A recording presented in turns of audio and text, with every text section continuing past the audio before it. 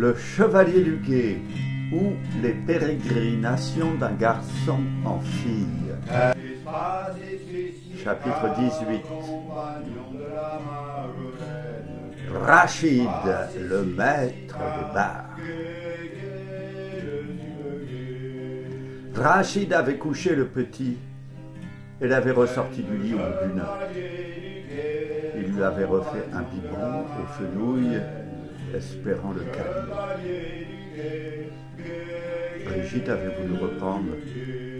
Ils avaient besoin d'aide à l'hosto. Pour les collègues au moins, tu comprends? Mais Rachid le savait, c'était aussi qu'elle ne pouvait pas faire autrement. Brigitte était comme ça. Il avait vu sa tête depuis quelques semaines en écoutant les infos. Faut que j'y aille, tu comprends? Et puis toi, tu ne peux pas aller en cours de toute façon. Pour Alan, il est sevré. Tu sais donner des biberons. Et pour les couches, tu le fais déjà, alors. Il y a la lessive. Tu feras attention aux couleurs. Rachid n'était pas manchot, ni avec la serpillière, ni avec les marmites. Pour ce qui est des poubelles et de l'aspirateur, c'était de toute façon sa partie. Et puis, c'était vrai. Le judo était arrêté. Ça lui manquait. Pas que pour le judo, à cause de ces gamins, comme il disait. Mais c'était des jeunes hommes. Le lycée était fermé. Il donnait cours par Internet. Ouais. Si on pouvait appeler ça des cours. Les vidéos, ça ne servait pas. Enfin si, quand même. Pour garder le contact. Et ça comptait pour lui, le contact avec les élèves.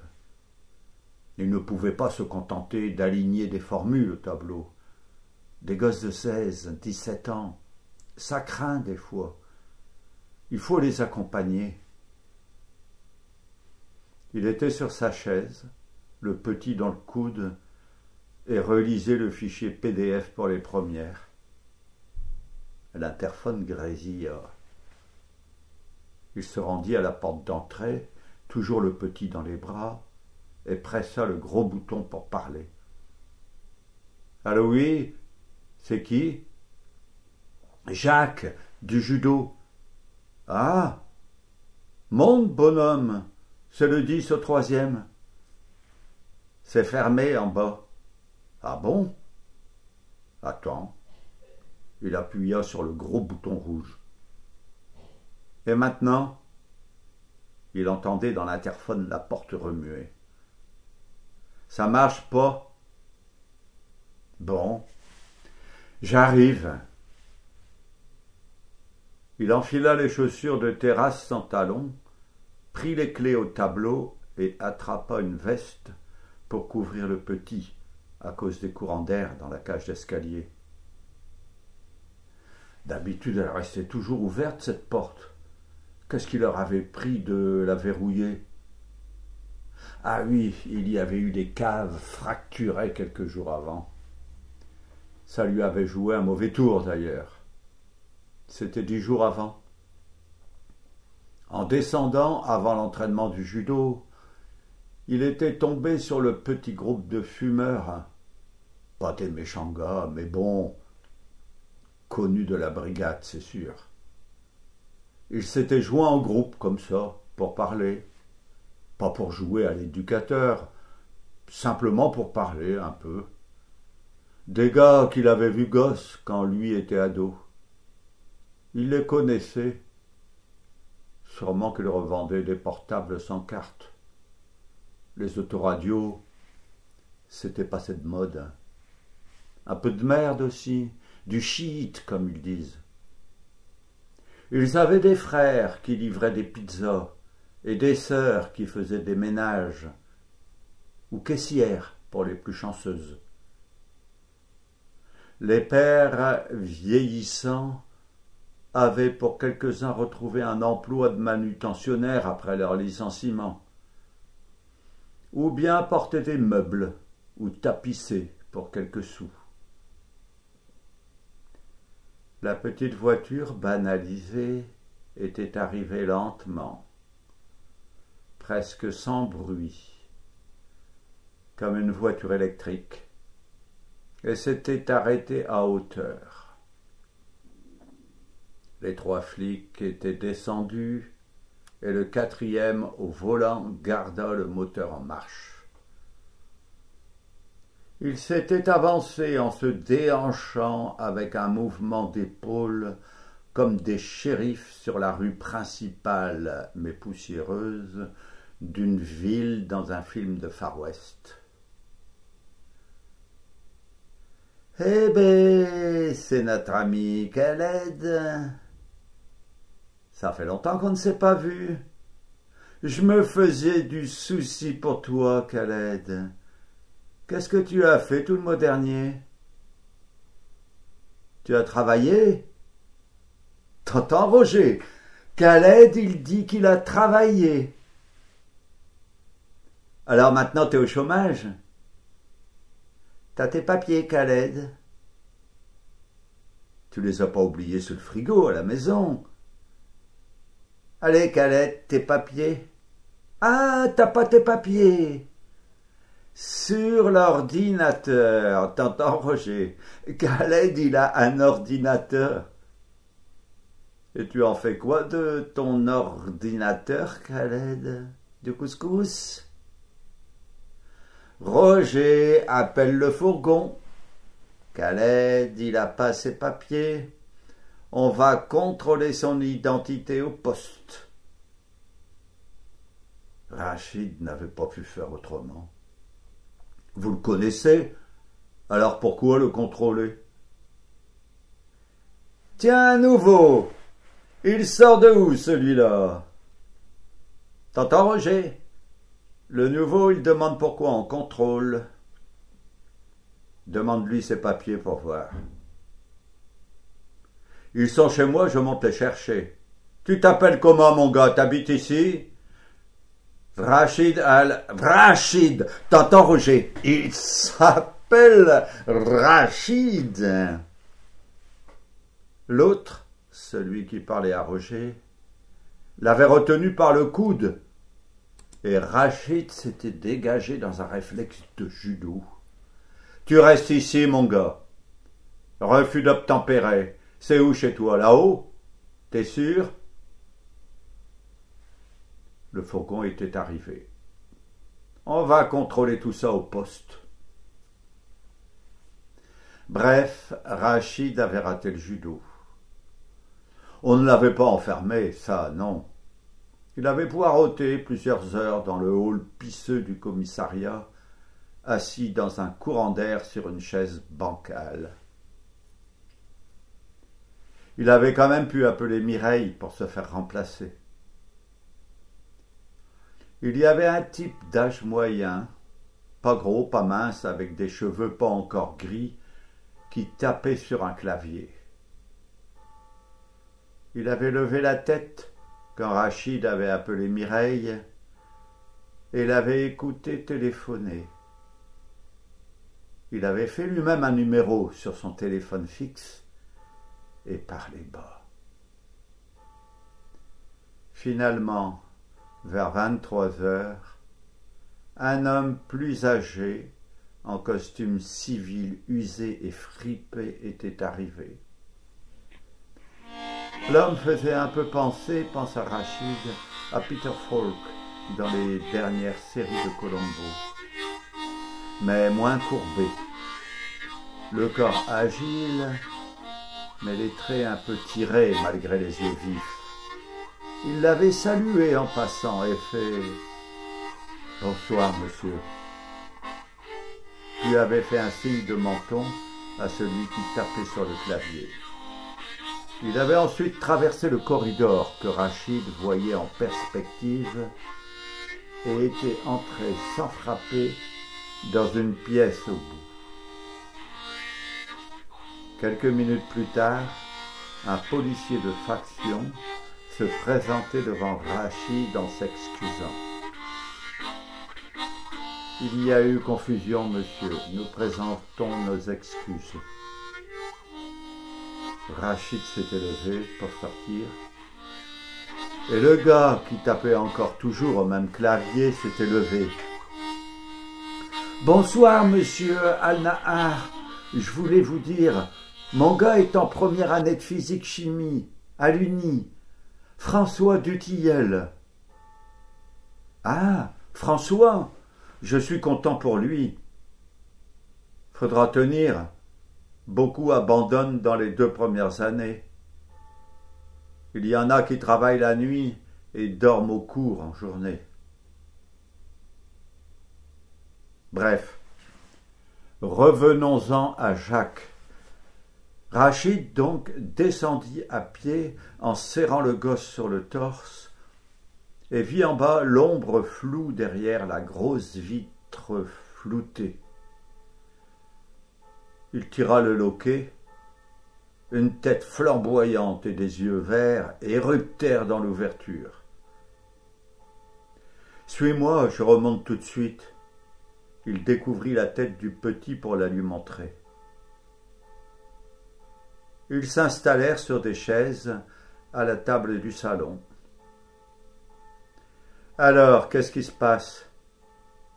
Tu as besoin d'un coup de main? En maths ou en physique?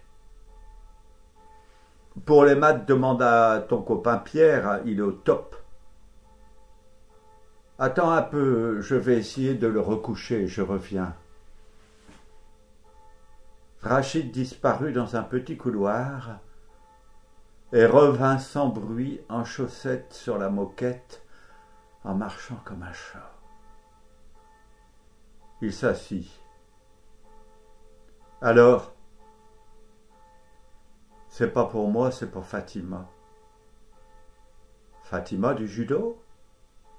Ah oui, c'est vrai, elle est en année d'examen aussi. C'est pas pour ça.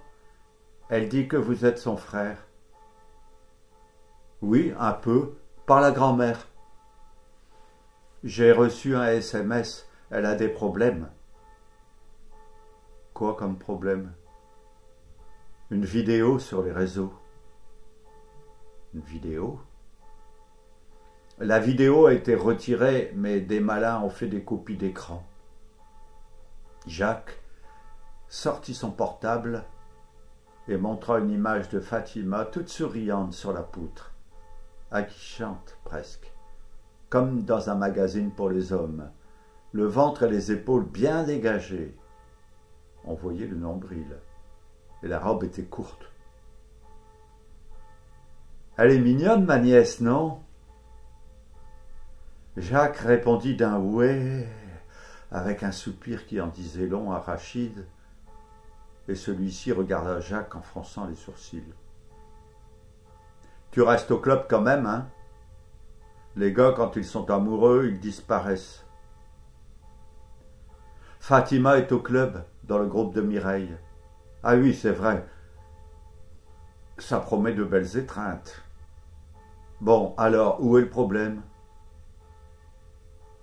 Jacques reprit son portable, pianota dessus et le tendit à Rachid, qui lut, les sourcils froncés, et redonna le portable à Jacques.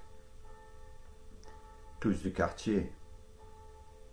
Et le buzz ne fait que commencer. Sa mère ne va plus se montrer, et son père...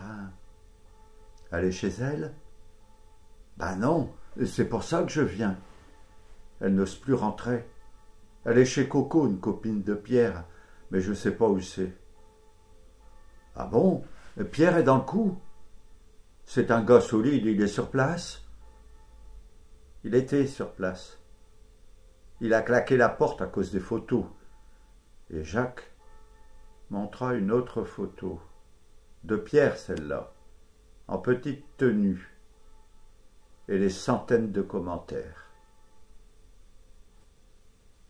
Rachid avait failli rire en regardant l'image, mais il s'étrangla avec les commentaires comme après avoir avalé de travers. Qu'est-ce qui lui avait pris à Pierre de s'exposer comme ça? C'était pour rire. Ah bon, il était amoureux. Ah oui, c'est vrai. Rachid avait oublié. L'amour, ça rend con. Non, ce n'était pas ce qu'il voulait dire. Mais on fait souvent n'importe quoi et on s'expose au ridicule. Il n'y avait pas besoin de s'habiller en fille pour se rendre ridicule. On peut être ridicule en costard-cravate. Tu sais, Jacques, il y en a qui se mettent à courir comme des petits chiens derrière la fille. Et elles les font courir encore plus après. Un petit sucre toutou. Mais bon, là, avec les photos qui tournaient sur le web, le lycée, le club, Rachid se grattait la tête. Pour Fatima, ce ne serait pas trop grave, normalement.